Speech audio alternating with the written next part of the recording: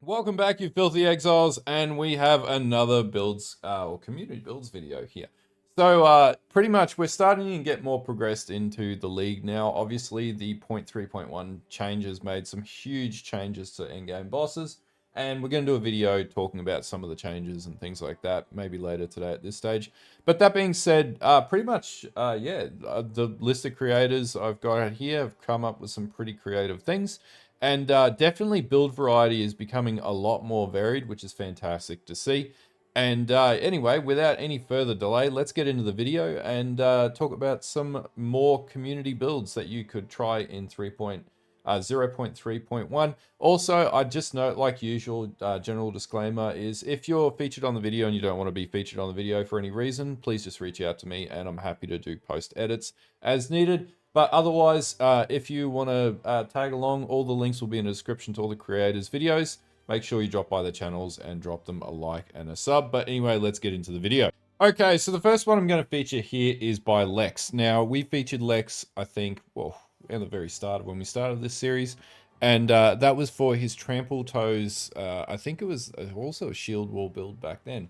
But basically, the build has progressed a fair amount at this stage. Being that there are tons of options to bring in armor for the build in particular, with the armor applies to elemental damage stat, that basically makes any build you play a god when it comes to elemental damage. Now, he's run the Warbringer on this setup, namely because it does use armor break, and then we basically scale a ton of ignite onto the build as well.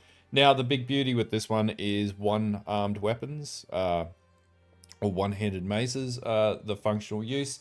And shield wall basically scales damage off of a huge shield. So instead of your weapon scaling your damage, in this case you need a high armor shield, and then that will scale out damage further.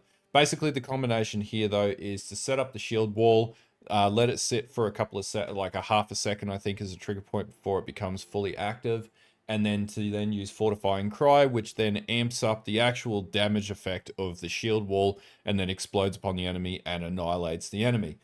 Pretty much that's the play here, right? Now, I tried this with my Witch Hunter build, actually, just as a bit of a playthrough, and Shield Wall, even just mapping and dropping shields around, blows entire screens up. It's ridiculous levels of damage, and then obviously you get the big residual ignite afterwards, so that's all featured in Lex build guide.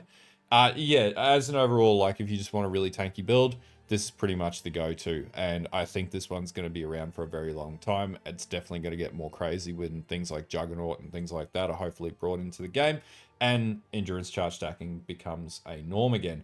Now, as an overall with build guide, he's got a huge amount of information in here, from basically how you scale up magma barrier, which you're going to want to do because now they changed magma barrier, so now when you block, it's now up permanently.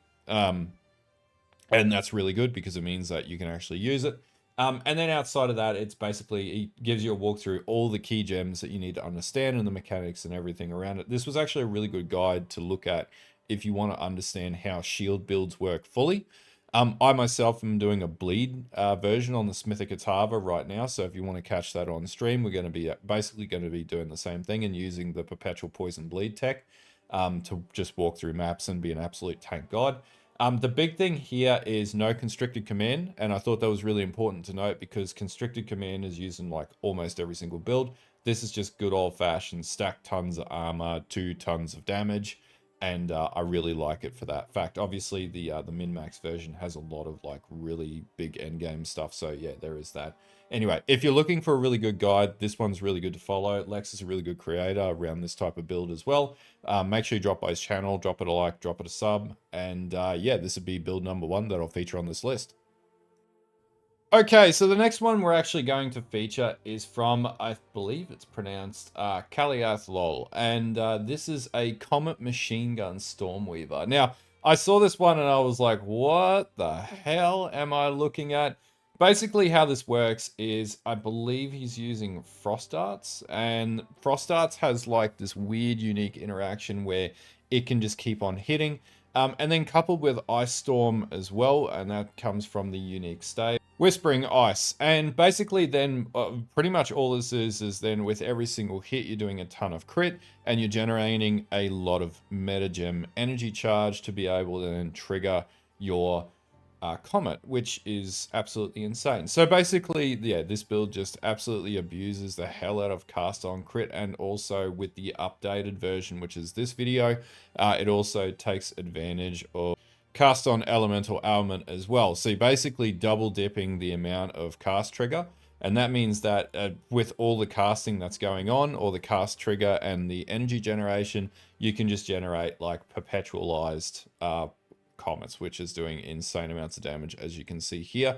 The build is also really, really tanky. So it's about 9k ES as well. It's about 24k EHP.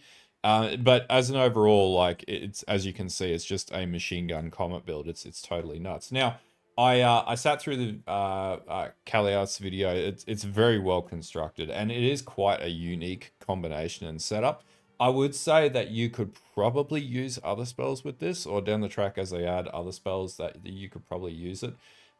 This setup is just totally unique in nature, and I hope they don't nerf stuff like this, because there is quite a bit of like gear that you need to invest in to be able to get the adequate levels that you need to be able to do this sort of damage.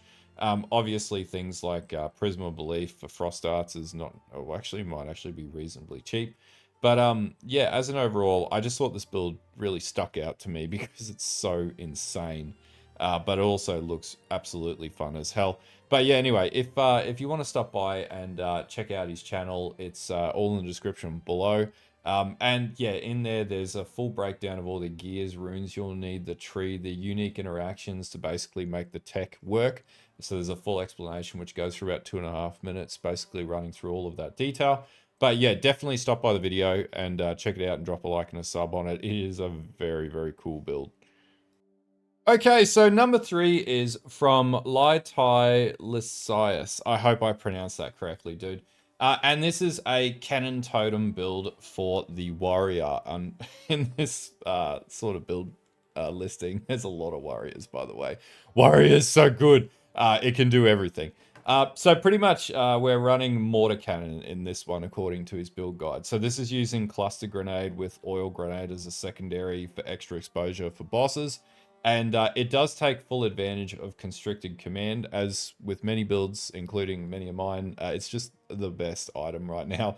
And I hope the Deepest Tower makes its way back into the next patch, because like I love items like this. They're so build enabling. But yeah, pretty much it is what it sounds. So basically, he's using a damage setup with mortar cannon. As you can see, you're pretty much then going to be stacking a ton of armor on the build as well for defenses. So you're basically going to be, you know, nigh unkillable, which makes it even more fun.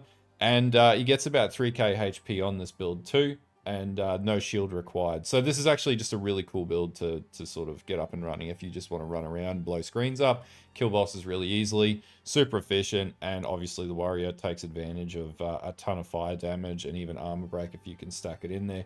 But yeah, pretty much he's got it set here as, for the most, a one sort of button build. Some of the things that he says is totem playstyles are not for absolutely everyone. That is true, but you know, totems are pretty cool as an overall. And also your GPU may die because you blow the whole screen up constantly. And you may also need sunglasses too, because, you know, look at the build. It's pretty cray-cray. Now, in his actual Mobalytics link, which he's got on the video, so make sure you check out the link down below, he's got a full sort of leveling breakdown as to how you get the build up and working. And then basically, yeah, but all the combinations of gear that you'll need to maximize the hell out of the build. Now, obviously, with the inclusion of desecrated crafts this league, you can get +1 on your bow. So you will eventually need to craft an absolutely insane bow, but it's actually pretty achievable this league. I even did it myself. So that is totally within the realm of possibility to be able to do that quite efficiently. And outside of that, like the gear setup's pretty cool as well. Like, it's sort of traveling below the where I guess the mercenary nodes are a lot, and it moves into a lot of the grenade and ballista totem nodes and things like that. So, and also focuses heavily on life and armor configuration. So we are using a lot of elemental, or armor applies to elemental damage in this one too. So yeah, we get around that very easily. So you can take a bit of offense with jade encased armor as well. That gives you a ton of survivability with the Warbringer. And yeah, as an overall, this build is just really cool. I think stuff like this is you know, what makes Path of Exile 2. And to be honest with you, we only have like half the classes in the game right now. Like, we haven't even seen anything yet. The level of builds that's going to come out in this game, if they keep on this trajectory, is totally insane. But yeah, if you want a cool build, you want to play Totems, in particular Mortar Cannon Totems, and you want to play it on the Warrior, this would be the build to 100% follow, because it's very well put together and well constructed. But this would be build number 3 for this list. Okay, so the next one is from Trypan. Now, I've featured Trypan before. He's a pretty good creator. Make sure you stop by his channel and drop him some subs. And this build is very creative. And funnily enough, for those of you who played Crucible League in Path of Exile 1, this is Exploding Totem. So what basically happens in the interaction here is we use a thing called Tawhoa's Tending, and it basically does totem explosion when the totem dies, right? And when you, what I believe here is when you recast the totem, then the totem counts as being killed, and if you've juiced up the life of the totem, then yeah, it'll do a portion of the life as damage, and it's basically pretty much all you need to know about how this build works. And then you basically go and you just absolutely throttle spam the hell out of bosses or whatever. It does use the new crafts, which does increase damage while you have a totem as well, so you get an easy nearly 200% out of that. And obviously melee skills you double stack up, so he's just got a double hammer set up here. And yeah, it pretty much is as simple as it sounds. You go around, you just go and absolutely wail on bosses with totems. And there's a huge amount of crit chance in the build. It's like 100% crit chance he's got listed here in his POB that he's provided. But yeah, this one is actually really funnily creative, and it's really funny how people like are stumbling into different builds that existed in PoE 1 to an element to it. Because yeah, when it was in PoE 1 in Crucible League, it was abused to absolute hell. This build is really cool. Like, it's just such a simple interaction, and Tawhoa's Tending is actually quite hard to find from when I've had one drop. It's hard to sell but hard to find because I don't think people could find a good use for it up until this point. I would say builds like this, and by the way, there's no constricted command or anything in this setup because it just nothing benefits from it. Obviously uses Titan, so you can make the most of the health nodes for totems at the end of the day. But yeah, this is just one of those really interesting, quirky builds. And I hope to see more stuff like this in the game, because this is actually really cool. It's so egregiously simple in nature. It's just, yeah, but it's really cool. Anyway, this will be build number 4 I'd feature. Obviously, all the links will be below. Make sure you stop by and have a look at Trypan's channel. Okay, and the last one here is from Inner Blaze. He actually only sent this to me like a couple hours ago, or maybe 3 hours ago now. This one's pretty cool. So I think this one sort of ticked around a little while in the past league or the league before. But basically all it is running Quarterstaff. So basically you're going to run a Whirling Assault Titan configuration, but we're going to scale it with tons of crit in the Titan side of the tree. And arguably, like, we don't use crit that much in the Titan sort of area. And then we're going to then do a ton of heavy stun and also armor break with the Titan as well. Taking advantage of things like Molten One's Gift and whatnot. We'll tank up a fair bit as well. Obviously, using the armor also applies to elemental damage. And then we'll just do an absolute disgusting amount of damage to absolutely everything, including all through the end game. Look, this build you could play in SSF with great ease, because there are no uniques in this configuration outside of the antidote charm that are in the build. It's just one of those, like, you know, blast in, blow everything up, sort of do tons of damage. Arguably could probably run this on the Warbringer as well with the armor break built into the Ascendancy, but that's definitely something that would need a little bit more testing to try and see how you make that work. There's just too many advantages with the scale up from Titan to reconsider any other direction. But as an overall, really, really good build, really cool mechanic, and the overall guide is very well constructed. As usual, that's what I would expect from Inner Blaze these days. He's a pretty good creator in this area. But yeah, as an overall, definitely worth checking out. If you want to play Quarterstaffs on Titans, obviously you could also, you know, check out my Windblast Titan as well. And you could integrate this with Windblast as well, because it would work fundamentally the same. I've already played with stuff myself with this sort of area. So yeah, this is a really, really cool build, and I thought I'd feature it on this list. If you're looking at playing Quarterstaffs on the Warrior, it is definitely a thing. Now, if you could somehow figure out how to get this into unarmed combat, and there would be a fair bit of travel you would need to figure that out to get that to work, then more power to you. I hope they put in things like face breakers and stuff like that eventually for Path of Exile 2 from Path of Exile 1, and like Ridgewald's amulet and things like that, which would allow for unarmed warrior builds, like punch builds would be really cool. But yeah, as an overall, make sure you check out his video, and this will be the last build I'll feature on this list. Okay, so I hope this list gives you some more ideas of what you could play if you're getting a little bit bored and you want to try different builds. I'm pretty much at the point where I get a build up to Arbiter or Ubers, and then I'm like, all right, new build time, and I'm working through all the different builds at the moment. So if you haven't caught my videos, obviously I'll put a link in the description below, but I put up a Ancestral Call, for, I would say Molten Strike build, but it's Volcanic Eruption it's called now. And where I basically just face tank Ubers, and it was really, really cool. And yeah, like less practical, very expensive, but the fact that you can get it to work is dope. But yeah, if you want to be featured on these videos moving forwards, make sure you you drop me a message in Discord, send me an email. It's in the contacts area of the channel, or anything else. Feel free to do that to reach out to me, join the Discord channel, whatever it might be. Put it in the comments. But yeah. Otherwise, don't forget to like and sub to all the creators featured here. They put in a lot of hours and work, and obviously love to share their builds. So definitely show them the love for that.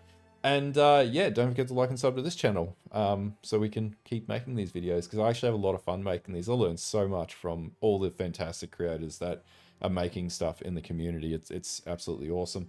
I really prefer making these types of videos over like the, you know, talking about diverse of topics and things like that. I just like playing ARPGs, and PoE2 is really stacking up to be a fantastic ARPG at this stage.